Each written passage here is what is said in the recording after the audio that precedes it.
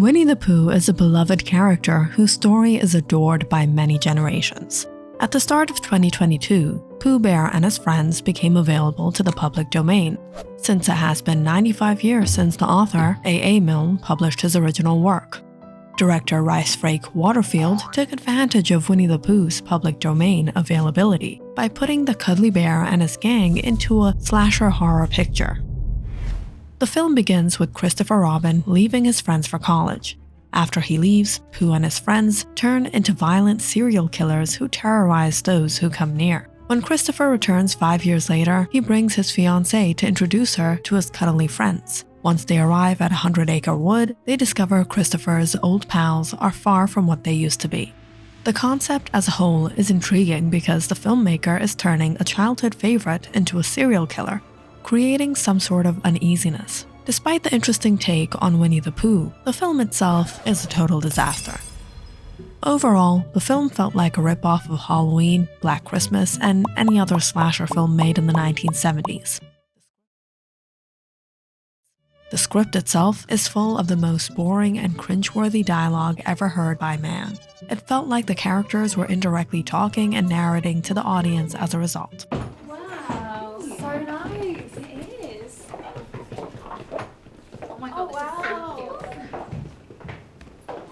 That is massive. The plot was so incredibly boring with an unnecessary side story. The performances were just as bad as the script, adding to the disaster of the film. Every single character felt like a shallow cartoon character thanks to the acting. Lots of people have imaginary friends as children. They're not imaginary, Mo.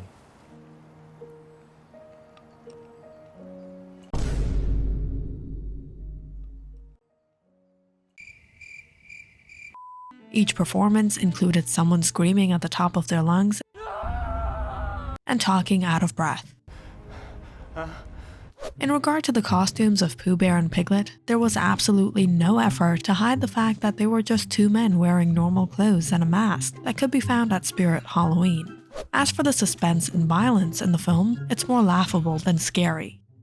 Winnie the Pooh, Blood and Honey can grab the attention of someone just reading the title. Other than that, the film is arguably one of the worst things to ever grace the silver screen. And yet, here comes Winnie the Pooh, Blood and Honey 2. But this time, instead of simply being tortured by the boring plot, embarrassing dialogue, awkward performances, and cliches, how about we do something meaningful in our lives and look into the real origin story of Winnie the Pooh? So what is the true story of Winnie the Pooh? The narrative behind Winnie the Pooh carries a depth beyond its perceived cuteness, purportedly drawing inspiration from real-life events. The tale traces back to 1914 amid the First World War, where a veterinary soldier named Henry Colburn traversed the Atlantic Ocean accompanied by a small bear, the cherished mascot of the Canadian troops for 4 months. Originally named Winnie Peg, the bear eventually became known simply as Winnie. As duty called the soldier to France, he faced the dilemma of parting ways with the bear. Consequently, he entrusted the care of Winnie to the London Zoo. Over the course of more than 2 decades within the zoo's confines, Winnie evolved into a beloved attraction, forging remarkable connections with the zoo's patrons as she matured from a cub to an adult. During Winnie's later years, a pivotal connection blossomed with a boy named Christopher Robin Milne. Allegedly, every encounter with Christopher prompted joyful leaps from Winnie, capturing the hearts of onlookers. Remarkably, there are accounts suggesting that on occasion the young boy was permitted to enter Winnie's enclosure for playtime. Despite the unconventional nature of a child entering a bear's cage, the bond between Christopher Robin and Winnie proved so profound that the boy decided to rename his cherished teddy bear from Edward to Winnie. This unique friendship adds a layer of complexity to the enchanting tale of Winnie the Pooh. But who was Christopher Robin in real life? Christopher Robin, the son of British writer Alan Alexander Milne, the visionary behind Winnie the Pooh, had an interesting beginning to his life. Born to Alan and Daphne Milne, who had initially hoped for a daughter named Rosemary, the young boy's arrival coincided with less than ideal circumstances at home. Expressing their mixed emotions, Alan wrote to a friend, We prefer to have a girl named Rosemary, but we hope to be just as happy with this gentleman. In the early days, Christopher even found himself donning dresses as a nod to his parents' initial wishes.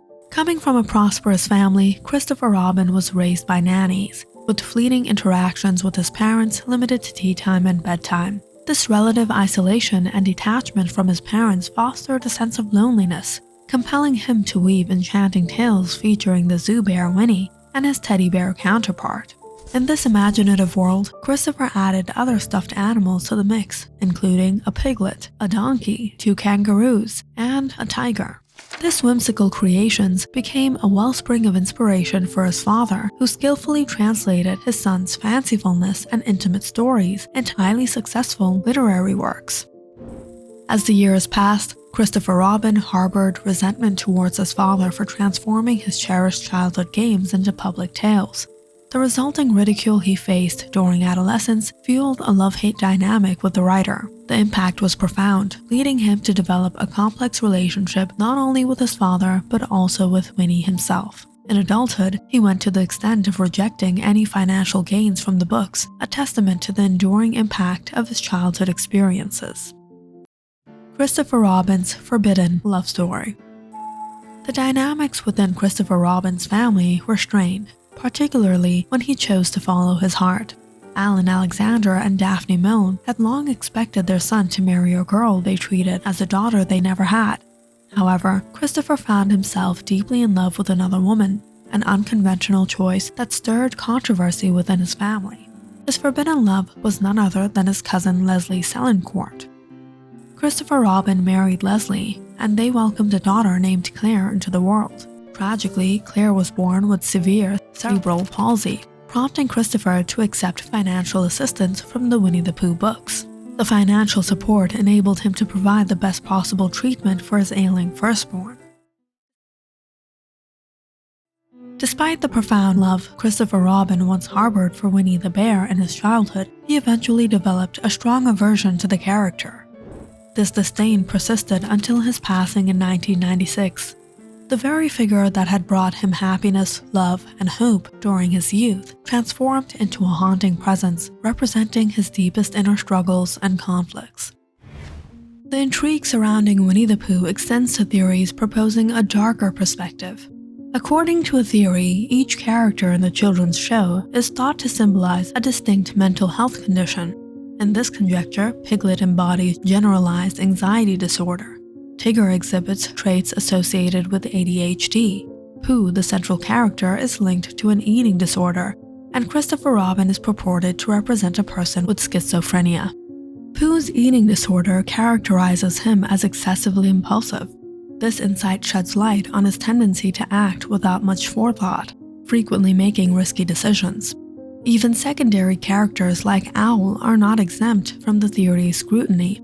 It posits that Owl may have dyslexia, attributing his wisdom to a contrastingly challenging struggle with reading and writing.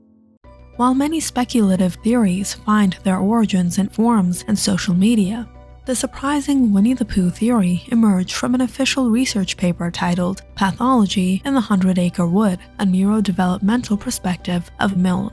The paper lent an air of credibility to the claims surrounding the mental health perspectives of the franchise's characters. However, despite its apparent persuasiveness, the research paper adopted a tongue-in-cheek tone suggesting a degree of playfulness and cautioning against taking its content too seriously. Dr. Shea, one of the researchers involved, clarified that the paper was meant to satirize the professional diagnostic process, emphasizing that it could be approached with a sense of humor. Despite the debunking of the theory, its significance lies in its role in normalizing conversations around mental health conditions, steering away from stigmatization. It also highlights the universality of mental health challenges, showing that they can impact anyone. Dr. Shea expressed in an interview that it can be beneficial if a child with mental health conditions identifies with one of the characters, fostering a sense of relatability. Furthermore, the theory underscores the depth of the characters in Winnie the Pooh as anthropomorphic animals by exploring their correlation with mental health, adding layers to their humanity, and showcasing Milne's prowess as a writer. What do you think? Comment down in the section below and don't forget to like and subscribe.